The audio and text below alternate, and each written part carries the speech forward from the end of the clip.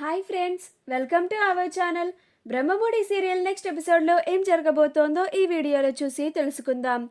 అప్పు మనసులోని మాటని బయట పెట్టించిన రాజ్ అసలేం జరిగింది అని తెలుసుకోవడానికి ఈ వీడియోని స్కిప్ చేయకుండా ఎండ్ వరకు చూసేయండి. రాజ్ అప్పుతో మాట్లాడిన తర్వాత కనకం వాళ్ళ ఇంటి నుంచి తిరిగి వాళ్ళ ఇంటికి వస్తాడు. అప్పుడు కావ్య రాజ్ రాగానే, వచ్చారా అండి, మీకోసం మీ పిన్ని గారు అలాగే మీ అత్త రుద్రాణి గారు 1000 కళ్ళతో ఎదురు చూస్తున్నారు. ఎక్కడ మీరు మా అమ్మతో మాట్లాడి ఆ అప్పుని ఈ ఇంటి కోడలుగా చేస్తారేమో అని చాలా కంగారు పడిపోతున్నారు. అక్కడ ఏం జరిగిందో వెంటనే చెప్పండి, లేకపోతే టెన్షన్తో చచ్చిపోయేలాగా ఉన్నారు వీళ్ళిద్దరూ అని అంటుంది. అప్పుడు రాజ్, నేనిప్పుడు చెప్పడానికి ఏమీ లేదు కళావతి అని అంటాడు. అప్పుడు కావ్య, అదేంటండి అంత మాట అన్నారు, ఇప్పుడు మీరు ఏమీ చెప్పకుండా వెళ్ళిపోతే మీ అత్త రుద్రాణి గారు ఈరోజు నిద్రపోరు అని అంటుంది. అప్పుడు రుద్రాణి, కావ్య ఇక వెటకారం ఆపుతావా అని అంటుంది. నేనంటే నీకు బాగా అలుసైపోయాను అని అంటుంది. అప్పుడు కావ్య, నేను అన్న దాంట్లో ఏమన్నా తప్పుందా రుద్రాణి గారు అని అంటుంది. అప్పుడు ధాన్యలక్ష్మి, రాజ్ అక్కడ ఏం జరిగింది, నువ్వు కనకంతో ఏం మాట్లాడావు, కనకం నీకు ఏం చెప్పింది అని అంటుంది. అప్పుడు రాజ్, నేను అప్పుతో మాట్లాడడానికి వెళ్ళాను పిన్ని. అప్పు ఈ పెళ్ళిని ఇష్టపడే చేసుకుంటుందా లేదా అని అడగడానికి వెళ్ళాను. అలాగే అప్పు ఇంకా కళ్యాణ్ని ప్రేమిస్తుందా లేదా అని కనుక్కోవడానికి కూడా వెళ్ళాను అని అంటాడు. అప్పుడు ధాన్యలక్ష్మి, మరు అప్పు ఏమని చెప్పింది రాజ్, అప్పు ఇంకా కళ్యాణ్ని ప్రేమిస్తూనే ఉందని చెప్పిందా అని అంటుంది. అప్పుడు రాజ్, లేదు పిన్ని, అప్పు కళ్యాణ్ని ప్రేమించడం లేదు అని చెప్పింది. తను ఈ సంబంధం తన ఇష్టం మీదే ఈ పెళ్ళి చేసుకుంటున్నాను అని కూడా చెప్పింది. మీరు నిశ్చింతగా ఉండండి, చాలా ఇంకేమన్నా చెప్పాలా అని అక్కడి నుంచి వెళ్ళిపోతాడు.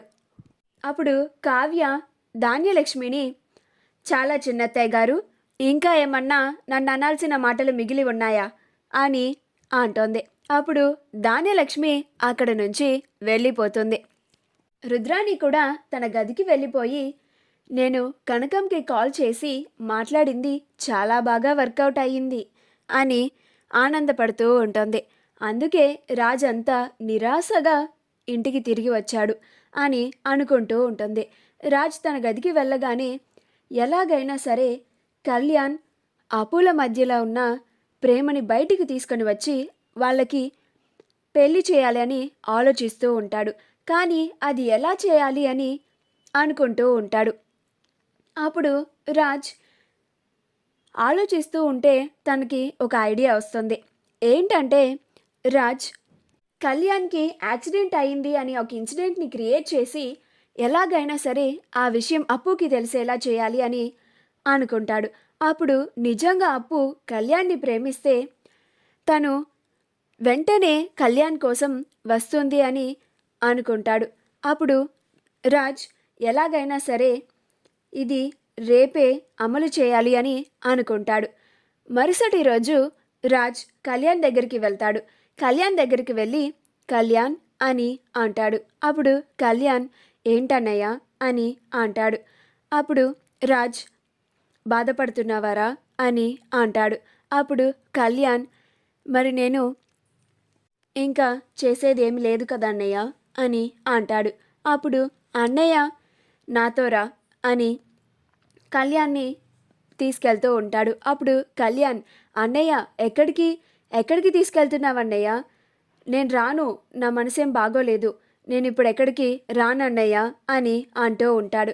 అప్పుడు రాజ్ ఒక్క మాట కూడా మాట్లాడకుండా, నాతో రా కళ్యాణ్, నేను చెప్తున్నాను కదా అని అంటాడు.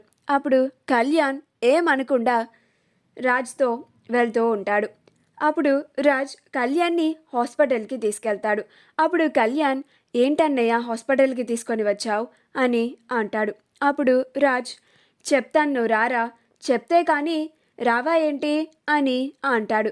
అప్పుడు కళ్యాణ్, అలా ఏం లేదన్నయ్య, వస్తున్నాను అని రాజ్తో పాటు లోపలికి వెళ్తాడు.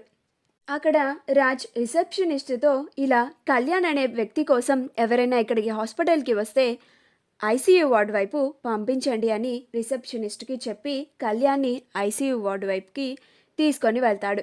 అప్పుడు కళ్యాణ్, ఏంటన్నయ్య, ఎవరికైనా ఏమన్నా అయిందా ఏంటి, ఐసీయూ వార్డ్కి తీసుకెళ్తున్నావు అని అంటాడు. అప్పుడు రాజ్, అవునరా, నీకే యాక్సిడెంట్ అయ్యింది అని అంటాడు. అప్పుడు కళ్యాణ్, నాకా యాక్సిడెంట్ అయ్యిందా, నేను బాగానే ఉన్నాను కదన్నయ్య అని అంటాడు. అప్పుడు రాజ్, నీకు యాక్సిడెంట్ అయ్యింది అని బంటికి ఇప్పుడే కాల్ చేసి చెప్తాను, అది అప్పుకి చెప్పమని చెప్తాను, అప్పుడు అప్పు ఇక్కడికి వస్తుందో రాదో చూద్దాం అని అంటాడు. అప్పుడు కళ్యాణ్, ఎందుకన్నయ్య ఇలా చేస్తున్నావు, అప్పు నన్ను ప్రేమించడం లేదని తెలిసిపోయింది కదా, ఎందుకు ఇంకా ఇన్ని ప్రయత్నాలు చేస్తున్నావు, నా కోసం నువ్వు ఇలా చేయడం సంతోషంగా ఉన్నా కానీ దానివల్ల ప్రయోజనం ఏమీ ఉండదన్నయ్య అని అంటాడు. అప్పుడు రాజ్, అది చూద్దాంరా అని వెంటనే బంటికి కళ్యాణ్కి యాక్సిడెంట్ అయిందని చెప్తాడు. అప్పుడు బంటి పరుగు పరుగున కనకం వాళ్ళ ఇంటికి వెళ్ళి అక్క అక్క అనుకుంటూ అప్పు దగ్గరికి వెళ్తాడు. అప్పుడు అప్పు, ఏంట్రా బంటి, ఏమైంది అని అడుగుతుంది. కళ్యాణ్కి యాక్సిడెంట్ అయిందంటక్క అని చెప్తాడు.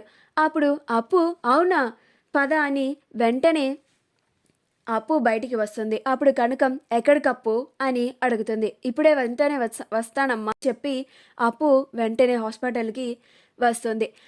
అప్పు పరిగెత్తుకుంటూ హాస్పిటల్ దగ్గర రిసెప్షనిస్ట్ని కనుక్కొని ఐసీయూ వార్డు వైపుకి వస్తుంది. అప్పు రాగానే రాజ్ అప్పుని అడ్డుకుంటాడు.